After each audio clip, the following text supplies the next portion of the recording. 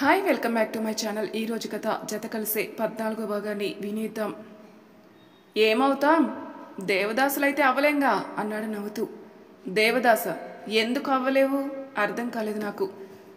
దేవదాస్ పార్వతి అమర ప్రేమికులు కదా, నువ్వు మీ జిడ్డులాగా.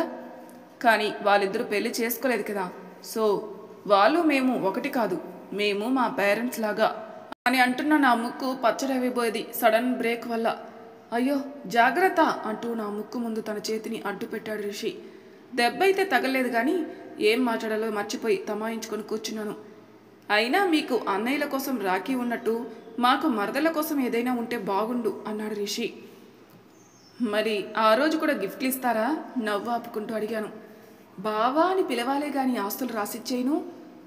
కానీ నాకొద్దు కదా రిషి బావా ఆస్తి అన్నాను చాలా చిన్నగా. ఏంటి అని అడిగాడు. అదే నాకు వద్దు కదా రిషి మా బావ ఆస్తి అన్నాను అని నవ్వు ఆపుకుంటూ. హో అదా అని ఇన్స్టెంట్గా మొహం మాడిన మసాలా దోశలా పెట్టి గుర్రున చూశాడు. చాలా క్యూట్గా కనిపిస్తున్నావు బావా. ఇప్పుడు నువ్వు బావా అన్నావు కదా. బావా అనలేదు రిషి, క్యూట్గా కనిపిస్తున్నావు అబ్బా అన్నాను. సరే బాగానే ఆడుకున్నావులే కానీ దా ఇంకా మనం దిగాలి అన్నాడు రిషి. అమ్మమ్మని జాగ్రత్తగా దింపేసి వెనక్కి వచ్చేలోపు దిగి వాళ్ళ వెనకే ఉన్నాను నేను. బాగానే నేర్చేసుకున్నావే అన్నీ అని నవ్వి. భలే ఉంది బీచ్. ఎప్పుడో మీ అమ్మ చదువుకునేటప్పుడు తీసుకొచ్చింది నన్ను తాతయ్యని, అప్పుడు ఇంత లేదులే అంది. అవునా, రిషి వాళ్ళు నన్ను ఒకసారి తీసుకొచ్చారు, అక్కడ మ్యాగీ బాగుంటుంది అన్నాను ఉత్సాహంగా. వచ్చేటప్పుడు తిందాంలే అని 500 రూపాయల నోటు తీసిచ్చింది. మీ ఇద్దరికి నచ్చినవి కొనుక్కొని రండి అని. ఏం అక్కర్లేదు నానమ్మ, అందరం వెళ్ళేటప్పుడే తిందాంలేండి అని ఆ డబ్బులు వెనక్కి ఇచ్చేస్తాడు. అయినా ఈ మొహం తినకపోతే నేను తినకూడదా, ఇప్పుడు అడిగితే నేను తిండిపోతనుకుంటారేమో అని ఆలోచిస్తూ చాలా భారంగా అడుగులు వేస్తున్నాను నేను. అంత ఎక్కువ ఆలోచించకు, నీకు కావాల్సింది మురి మిక్చరేగా, తీసుకొస్తాను అన్నాడు రిషి.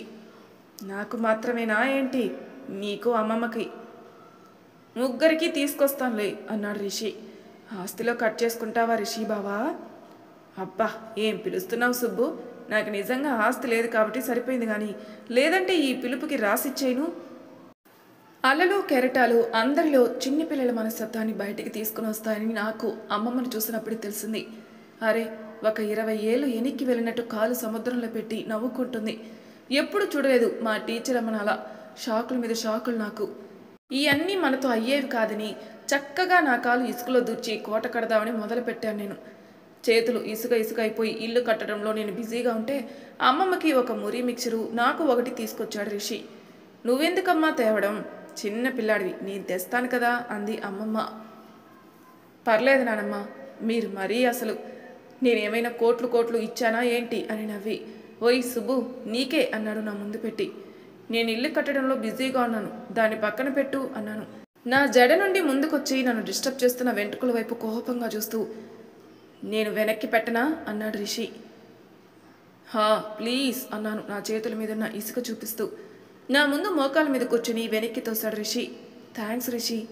అది సరే కానీ తినకపోతే మొత్తం మెత్తబడిపోతుంది, నువ్వు తినే మళ్ళీ కట్టుకుందాంలే ఇలాంటి కోట అన్నాడు రిషి. నో, మెత్తగా అయిపోతుందంటే నువ్వు తినే, నేను ఫస్ట్ కోట కట్టాకే తింటాను అన్నాను. చాలా బాగుంది, మామిడికాయ ముక్కలు కూడా వేసినట్టున్నాడు కదా అంది అమ్మమ్మ. ఆ మాట వినగానే నోట్లో లాలాజం ఊరినా పక్కకి పెట్టి సీరియస్గా నా కోటకి ఇంకొక బిల్డింగ్ కడుతున్నాను నేను తినిపిస్తానాగు అంటూ నించుంది అమ్మమ్మ. మీరు కింద ఏం కూర్చుంటారు, పర్లేదు మీరు ఉండండి నానమ్మ, స్పూన్తోనేగా నేను తినిపిస్తాలే అంటూ ఓపెన్ చేసి స్పూన్ పెట్టాడు నా ముందు. థ్యాంక్స్ అని చెప్పి నోట్లో కుక్కి నా కోట కట్టే పనిలో చాలా బిజీగా ఉన్నాను నేను. ఎప్పుడు తినిపించేశాడో తెలియదు కానీ మొత్తం ప్యాకెట్ పెట్టేశాడు రిషి. అది తినేసి కూడా నోరు జాబుతుంటే నెత్తి మీద ఒకటేసి అయిపోయింది అంది అమ్మమ్మ. చూసుకోలేదు కానీ నా కోట ఎలా ఉంది కళ్ళు ఎగరేస్తూ అడిగాను. చూడ్డానికి బాగుంది కానీ కాల్తీ నిలబెడుతుందో లేదో చూద్దాం అంది. నెమ్మదిగా కాలు తీసి ఇదిగో చూడు ఎంత స్ట్రాంగ్గా నిలబడిందో అన్నాను ఉత్సాహంగా. ఇదిగో ఈ కోటకి నువ్వే మహారాణివి, ఇప్పటికీ ఈ ఇసుక కోట తీసుకో, నీకు మంచి కోట తర్వాత కట్టిస్తానులే అన్నాను. చాలే ఇది నాకు అని నా బుగ్గలు లాగి ఫోటో తీసుకొని కోటతో అంది అమ్మమ్మ. తీయనా అని అడుగుతున్న రిషి వైపు చూస్తూ. నా ఫేస్ కనిపించకుండా తీస్తావా అన్నాను. చెయ్యి మొహానికి అడ్డు పెట్టుకొని నుంచో, నీ కళ్ళు చాలే నేను గుర్తుపట్టడానికి అన్నాడు. సరిగ్గా నా వెనక చంద్రుడు, కింద సముద్రం, నా పక్కనే అమ్మమ్మ, ఆ పక్కన నా కోట. Picture perfect. నాకు తెలియకుండానే ఇలాంటి సన్నివేశాన్ని మేనిఫెస్ట్ చేసుకున్నాను. ఇంకా చాలు, ఆడి ఆడి చూడి ఎలా అయ్యావో, ఇంటికి పదండి ఇంకా అంది అమ్మమ్మ. మరి మ్యాగీ? తినడానికే వచ్చావు నువ్వు అని బుగ్గ మీద పొడిచి ఇసుక తుడుచుకుని పద అంది. మ్యాగీ ఆర్డర్ చేసి అమ్మమ్మ ముందు పెడితే వానపాములని దాన్ని తిట్టి దానికి 40 తగలేసినందుకు నన్ను వెనకేసుకుని వచ్చినందుకు రిషిని దొంగల్లా చూసింది మా టీచర్ అమ్మ. ఆవిడ తిట్లు అలవాటైపోయాక నేనేం మాట్లాడలేదు. మేం బస్ ఎక్కి వెళ్దామని అనుకుంటున్నప్పుడే కార్ తీసుకుని వస్తారని ఫోన్ చేశాడు బావ. బావ కోసం వెయిట్ చేస్తూ కూర్చున్నాం అక్కడే గట్టు మీద. ఇంకా మీ నానమ్మ ఎలా ఉన్నారు తాతయ్య అంది అమ్మమ్మ. తాతయ్య నానమ్మ బాగున్నారు నానమ్మ, వాళ్ళు ఊర్లో ఉంటున్నారు. తాతగారికి ఆ ఇల్లు వదిలి రావడం నచ్చదని మీకు తెలుసు కదా, సో అక్కడ వాళ్ళు ఉంటారు. నేను ఆల్మోస్ట్ సెలవులకి అక్కడికి వెళ్తాను. డాడీ మమ్మీ ప్రతి వీకెండ్ అక్కడికి వెళ్తారు. అక్క కూడా ఎప్పుడు తాతయ్య వాళ్ళ దగ్గరే ఉంటుంది అన్నాడు రిషి. మీ నాన్నగారు తాడేపల్లి ఐఐటిలో పనిచేస్తారు కదా అంది అమ్మమ్మ. ఐఐటి కాదు నానమ్మ, ఎన్ఐటి అన్నాడు రిషి. మీ అమ్మగారు గవర్నమెంట్ స్కూల్ టీచర్ కదా? హా, మంచి అమ్మాయి మీ అమ్మ. అప్పట్లో వాళ్ళ పెళ్లిలో చూశాను, చక్కగా ఉంటుంది అంది నవ్వుతూ. హా అవును, ఆరిందలా దూరాను మధ్యలో. నువ్వెప్పుడు చూసావే రిషి వాళ్ళ అమ్మని అంది కళ్ళు చిట్లించి చూస్తూ. ఆ రోజు రూప అక్క పెళ్లి చూపుల రోజు అన్నాను. ఆహా ఆ రోజా, పోనీలే అని సుజిత కదా మీ అమ్మ పేరు అంది రిషితో. నానమ్మ మీ మెమరీ పవర్ అదృష్టం, అసలు ఎలా ఒక్కసారికి ఇన్ని గుర్తుపెట్టుకుంటారు అన్నాడు రిషి నవ్వుతూ. అదే కదా బాధ, ఈవిడ బుర్ర పాదరసం కంటే ఎక్కువ స్పీడ్గా పనిచేస్తూ బీసీ కాలం విషయాలు కూడా ఈజీగా గుర్తుపెట్టుకొని ఎవరిని క్షమించదు అన్నాను గొనుగుతూ. నాకు నష్టం చేసిన వాళ్ళని నేనెందుకు క్షమిస్తాను? నాకేమైనా పిచ్చా, లేదంటే మీ అమ్మలా నేనేమైనా మంచిదాన్నా అంది. అంతలోనే బావ కారు ఆగేసరికి ఇంకేం మాట్లాడకుండా వెళ్ళి కూర్చున్న ముగ్గురం. మ్యాథ్స్ టీచర్ నిన్ను వంటతో పడేద్దామని ప్లాన్ వేస్తే నువ్వేంటి నాని దీన్ని తీసుకుని బయటకు వచ్చావు, తెగ ఫీలింగ్ అక్కడ అన్నాడు బావ. నన్ను పడేస్తే మీ అమ్మకి ఇప్పుడేం లాభం వస్తుంది కానీ బీచ్కి వెళ్ళి చాలా రోజులైందని నేనే ఈ పిల్లల్ని తీసుకొచ్చాను అంది. పిల్లలు ఎవరు? నీ మనవరాలు ఆ ఊర్లో ఉన్నంత వరకే పిల్ల, ఇక్కడో పెద్ద ఆరింద, అన్ని పనులు అదే చేసుకుంటుంది, చాలా పెద్దదైపోయింది ఈ కిడ్డు అని నా బుగ్గలు లాగి అమ్మమ్మకి వైజాగ్ అంతా చూపించడానికి ప్లాన్ వేసావంట కదా అన్నాడు నవ్వుతూ. రిషి చెప్పేశాడా గుర్రున చూస్తూ అడిగాను. నువ్వు చెప్పావుగా, తననైనా చెప్పని. ఎల్లుండో రేపో సెలవు పెట్టుకుని ఉండండి, అమ్మకి తెలియకుండా అందరం కారులో వెళ్దాం. మీరు రెగ్యులర్గా కాలేజీకి వెళ్తున్నట్టు వెళ్ళండి, నేను ఆఫీస్కి వెళ్తున్నట్టు వస్తాను. నానిని గాజువాకలో మన చుట్టాలు ఉంటారుగా, వాళ్ళింటికి దింపుతామని చెప్పేసి అందరం కలిసి వెళ్దాం అన్నాడు బావ. అప్పటికి గాని దొరుకుపోం అన్నాను నిష్ఠూరంగా. ఏమైంది అన్నాడు బావ. మామయ్య వెళ్ళేది గాజువాక సైడే కదా, నేను అమ్మని దింపేస్తాను అంటారు అప్పుడు అన్నాను. అయినా ఎందుకు తెలియకుండా వెళ్ళడం, తర్వాత ఎప్పుడైనా తెలిస్తే ఆంటీ ఫీల్ అవుతారు కదా, ఆంటీని ఒప్పించి అందరం కలిసే వెళ్ళొచ్చు కదా అన్నాడు రిషి. ఆ బుద్ధావతారం వైపు కళ్ళు చిట్లించి చూసాం అందరం. వీడు మన ప్లాన్ ఇంట్లో పక్కగా లీక్ చేసేలా ఉన్నాడే అన్నాడు బావ. నిజమే బావా, వెంటనే చెప్పాను నేను.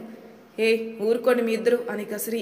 చెప్పకుండా వెళ్ళడం అంటూ ఏం లేదు రిషి, చెప్తే వాళ్ళు రారు సరికదా, వేరే వాళ్ళ ప్రశాంతతని సంతోషాన్ని కూడా పాడు చేస్తారు. ఒక్కసారి లేదా 2 సార్లు జరిగినప్పుడు అది యాదృక్షికం అనుకుంటాం కానీ ప్రతిసారి జరిగితే కావాలని చేసినట్టే కదా అంది అమ్మమ్మ. నిజమే అన్నట్టు తలూపాడు రిషి కూడా. అయినా రిషి చెప్పింది కరెక్టే, పెళ్ళిళ్ళు మనం బాధ్యతగా ఉండాలి కదా, ఈసారి వెళ్దాం అంది అమ్మమ్మ. నా ప్లాన్ చెడగొట్టాడు అని పిచ్చ కోపం వచ్చింది రిషి మీద. నా కళ్ళకి కానీ పవర్ ఉండుంటేనా ఈ పాటికి భస్మం అయిపోయేవాడు, అంత కోపంగా చూసి మనసులో 1,00,000 బూతులు ఉత్తుకున్నాను తనని. అబ్బా పెళ్ళికి ఇంకా వారం రోజులకు పైగా టైం ఉంది, మనం ఇంట్లో ఉండి మాత్రం ఏం చేస్తాం నాని, నువ్వు కూడా అన్నాడు బావ. అవును అన్నట్టు తలూపాను నేను కూడా. మనం మళ్ళీ వచ్చినప్పుడు వెళ్దాంలే, ఇప్పుడు ఇలాంటివి వద్దు కాస్త గట్టిగానే చెప్పింది. మా హెడ్ మాస్టర్ని గెలికినందుకు రిషిని ఒంగోబెట్టి 4 పీకాలనిపించినా బావ కోటాలో మాఫీ చేసి కామ్గా ఉన్నాను. సారీ చెవులు పట్టుకుని చెప్పాడు చిన్నగా, నాకు మాత్రమే కనిపించేలా. నాట్ యాక్సెప్టెడ్, రేపు మిల్కీ బార్ చాక్లెట్ కొని తీసుకొనిరా అని మెసేజ్ చేశాను గుర్రుగా చూస్తూ. డన్ అని తమ్ పెట్టాడు. ఇంటి దగ్గర కారు దిగగానే లోపలికి వెళ్తుంటే మీకోసం వంట చేశాను అత్తయ్య, భోజనం చేద్దాం రండి అంది అత్త. లేదు, నాకు ఆకలిగా లేదు, మజ్జిగ కలుపుకుంటాను అని పైకి వెళ్ళిపోయింది అమ్మమ్మ. మీ సంగతి ఏంటి? నా వైపు రిషి వైపు చూస్తూ అడిగింది అత్త. అమ్మమ్మ తినలేదని ఫీల్ అవుతుందేమో అని తింటామని తలూపామిద్దరం. ఫ్రెష్ అయ్యి వస్తారా? ఇసుకిసుగ్గా ఉన్నారే అంది అత్త. సరే అత్త అని పైకి వెళ్ళిపోయాను నేను. పండు, నువ్వు తినేసి నాకు మజ్జిగ తీసుకొనిరా, కాస్త వాము వేసి అంది అమ్మమ్మ. సరే అమ్మా అని జడ ముడి పెట్టుకుని వచ్చాను బయటికి. సరిగ్గా అప్పుడే రిషి రూమ్లో నుండి బయటికి పరిగెత్తుకుని వచ్చి నా రూమ్ ముందు ఆగాడు బన్నీగాడు. దీన్ని మా అమ్మమ్మ చూస్తే ఇంకేమైనా ఉందా అనుకుంటూ వారిద్దరికి మధ్యలో నుంచి డోరు వేయబోతుంటే, ఏంటి అది నీ వెనక అంది అమ్మమ్మ. ఏం లేదే పండు, అంటే అది రిషి వాళ్ళ పెట్టమ్మమ్మ. కుక్కనా? పిల్లి. ఆ పిల్లిని బయట వదిలేవని చెప్పాను కదే, నీకు అస్సలు నా మాట అంటేనే లెక్కలేదు. చదువు మాన్పించి 2 గేదెలు కొనిస్తాను జాగ్రత్త అని అరిచింది గట్టిగా. అబ్బబ్బా, పిల్లే అది, చూడు ఎంత చిన్నదో, క్యూట్గా ఉంది కదా అన్నాను. మాట వినడం మానేసావు కదా పూర్తిగా. సరే వదిలేస్తానులే మొహం మార్చి చెప్పి కిందికి వెళ్ళిపోయాను నా వాటర్ బాటిల్ పట్టుకొని.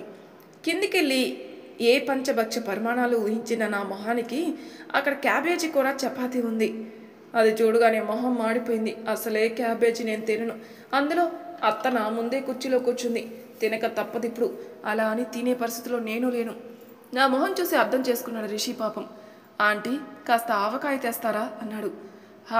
ఒక్క నిమిషం అని లేచి వెళ్ళింది అత్త. నా ప్లేట్ నుండి తీసుకుని తన ప్లేట్లో వేసుకుని ఒక చపాతీ కూడా వేసుకున్నాడు. ఆ ఒక్కటి తిను కళ్ళతోనే బెదిరిస్తుంటే నవ్వాగలేదు నాకు. నెమ్మదిగా చింపుకొని పెరుగులో ముంచుకొని తింటున్నాను. అత్త ఆవకాయ తీసుకొని వచ్చి పెట్టింది రిషి ముందు. నాకు కాదు, సుబ్బుకి. తనెప్పుడు తినలేదంట ఆవకాయ పెరుగు కలిపి చపాతీలు అన్నాడు రిషి. దేవుడు నా కోసమే నిన్ను పంపించాడు అనిపిస్తూ ఉంటుంది తెలుసా, చిన్నగా నన్ను రిషికి మాత్రమే వినిపించేలా. తెలుసు, మరి నేను టేస్ట్ చేసే కదా చెప్తాను అన్నాడు రిషి. మాటలతో మాయ చేసి మా అత్తని బాగానే బుట్టలు వేసుకున్నావు. అత్తకి కూతురు లేదు కదా అని నవ్వాడు రిషి. అవును అత్త, చెప్పడం మర్చిపోయాను, రిషి మనకి చుట్టాలవుతారట, అమ్మమ్మ చెప్పింది అన్నాను. అవునా, ఎలాగా అని ఆశ్చర్యంగా అడిగింది అత్త. ఇందాక మా అమ్మమ్మ చెప్పిన బ్యాంక్ జాబ్ రిలేషన్ ఎగ్జాక్ట్గా చెప్పేసి నా బ్రెయిన్ కూడా జవాన్ ప్రాష్ వల్ల బాగానే మెమరీ పవర్ పెరిగినట్టు అనిపించింది నాకు. ఓ అవునా, మంచిదే. ఇన్ని రోజులు నిన్ను నా కొడుకు లాంటి వాడివే అనుకున్నాను, ఇప్పుడు కొడుకువే అన్నమాట అంది అత్త. అవును అన్నట్టు నవ్వి ఊరుకున్నాడు రిషి. అమ్మమ్మకి మజ్జిగ కలిపి మీదకి నడుస్తుంటే సుబ్బు అని పిలిచాడు రిషి. నీకోసం ఒకటి తీసుకున్నాను, గిఫ్ట్ అనుకో అని దాన్ని గుప్పెట్లో దాచి ముందుకు పెట్టాడు రిషి. తన చేతి కింద చేయి పెట్టగానే నా చేతిలో పెట్టాడు. నల్లటి దిష్టి దారంకి బీచ్లో దొరికే షెల్ అంటించి ఉంది దానికి. థ్యాంక్స్ రిషి, నేనే కొనుక్కుందాం అనుకుంటున్నాను అన్నాను దాన్ని తీసుకొని. పర్లేదు అన్నాడు మీదికి వెళ్ళిపోతూ. దాన్ని చేత్తో పట్టుకుని లోపలికి వెళ్తుంటే ఆ డెబ్బీని చేత్తో పట్టుకొని చూస్తూ, ఏంటే ఇది అంది అమ్మమ్మ. అది సిద్ధు నా కోసం డబ్బు ఖర్చు పెట్టిన ప్రతి రూపాయి తనకి ఏదైనా గిఫ్ట్ రూపంలో వెనక్కి ఇచ్చేయడానికి దాస్తున్నానని తెలిస్తే నన్ను కుమ్మి వదిలేస్తుంది అని తెలుసు, అందుకే. ఏం లేదు, మామూలుగా డబ్బులు దాచుకుంటున్నాను అన్నాను. మంచిది, ఇప్పటికైనా ఇలాంటి అలవాట్లు చేసుకున్నావు అని చివాట్లు పెట్టింది. వాటిని విని ఆవిడ చేతిలో మజ్జిగ పెట్టి పక్కకి చూసేసరికి బిస్కెట్లు తింటుంది బన్నీ. ఇదేంటి ఇక్కడ? కళ్ళు ఎగరేశాను. ఏడుస్తున్నావు కదా, పెంచుకోలే అంది అమ్మమ్మ. థ్యాంక్ యూ సో మచ్ నవ్వుతూ చెప్పాను. ఏంటి నీ చేతిలో అంది అమ్మమ్మ. దిష్టిదారం రిషి ఇచ్చాడు అన్నాను. సరే వెళ్ళి పడుకో, ఇంకా రేపు కాలేజ్ ఉన్నట్టుంది కదా అంది అమ్మమ్మ. నువ్వు పడుకో అన్నాను. లేదు, నాకు వేరే పనుంది, నువ్వు పడుకో అని బుక్కు పెన్ను తీసుకుని బయటికి వెళ్ళిపోయింది. సరే అని ఫోన్ తీసుకుని బెడ్ మీద వాలి రీల్స్ చూస్తున్నాను. ఎంతసేపటికి అమ్మమ్మ రాకపోయేసరికి నేనే బయటికి వెళ్ళాను. బుక్కులో ఏదో రాసుకుంటూ రిషితో మాట్లాడుతూ నవ్వుతుంది అమ్మమ్మ. ఆవిడ పక్కనే టీ గ్లాస్. అమ్మకి టీ ఇచ్చావు, మరి నాకు అన్నాను. హే, నువ్వు పడుకున్నావు అనుకున్నాను అన్నాడు రిషి. కబుర్లు చెప్పకు అని అమ్మమ్మ పక్కన నించునేసరికి శివకోటి రాస్తుంది బుద్ధిగా. ఇప్పుడేం కోరికలున్నాయి నీకు అన్నాను ఆ బుక్ తీసుకుంటూ. నాకెందుకు కోరికలు లేవు, నీ చదువు పూర్తవ్వాలి, ఉద్యోగం రావాలి, నీ జీవితాన్ని నువ్వు సంతోషంగా జీవించడం చూడాలి, ఇవన్నీ కోరికలు కాదా అంది.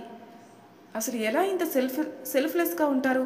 ఈ వయసులో కూడా నా గురించి ఆలోచిస్తుంది, కోరికలు కోరుకుంటుంది, ఇంతకంటే ఎక్కువ ఎవరి కోసం చేయలేరేమో అనుకుంటూనే ఈ నానమ్మ మనవడలకి స్పేస్ ఇస్తూ పడుకున్నాను ప్రశాంతంగా. పొద్దున అవగానే మళ్ళీ అమ్మమ్మ దగ్గర గారాబం మొదలైంది నాకు. జడ అమ్మమ్మ వేయాలి, నాకు ఎదురు రావాలి, బాయ్ చెప్పాలి, నా వాటర్ బాటిల్ ఇవ్వాలి, అవన్నీ ఆవిడ చేత చేయించుకొని టిఫిన్ తినేసి గబగబా బస్ ఎక్కేసరికి ఈరోజు మా ఎవ్వరికీ ప్లేసులు లేవు. నా బ్యాగ్ రిషి పట్టుకుంటే బస్ హ్యాండిల్ పట్టుకొని నించున్నాను నేను.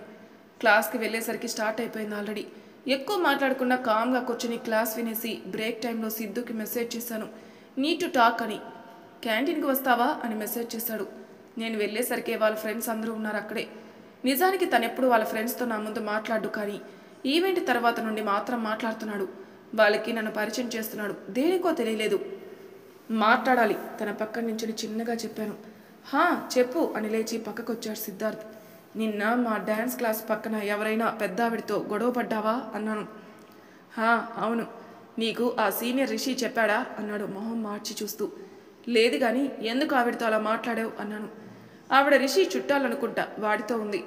ఆ ఒక్క రీజన్ అని చాలదు ఆవిడ హేట్ చేయడానికి.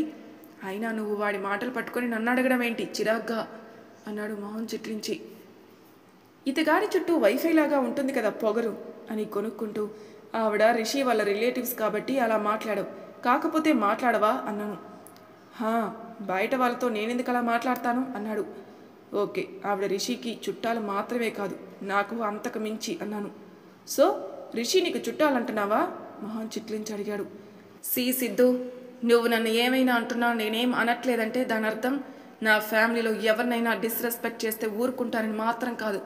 అందులో మా అమ్మమ్మని ఎవరైనా ఏమైనా అంటే మంట నాకు. అలాంటిది నిన్న మా అమ్మమ్మని ఎన్ని మాట్లాడినావో నేనేం మర్చిపోలేదు. మర్యాదగా నువ్వు ఆవిడికి సారీ చెప్తే బెటర్. ఈసారి నా స్వరం కూడా తీవ్రంగానే మారింది. మరి తర్వాయి భాగంలో ఏం జరుగుతుందో నెక్స్ట్ ఎపిసోడ్లో తెలుసుకుందాం. అంతవరకు నా ఛానల్ సబ్స్క్రైబ్ చేయని వాళ్ళు ప్లీజ్ సబ్స్క్రైబ్ చేసుకోండి, లైక్ చేసి షేర్ చేయండి. మీ అభిప్రాయాలు నాకు కామెంట్ రూపంలో తెలియజేయండి. Thank you for listening.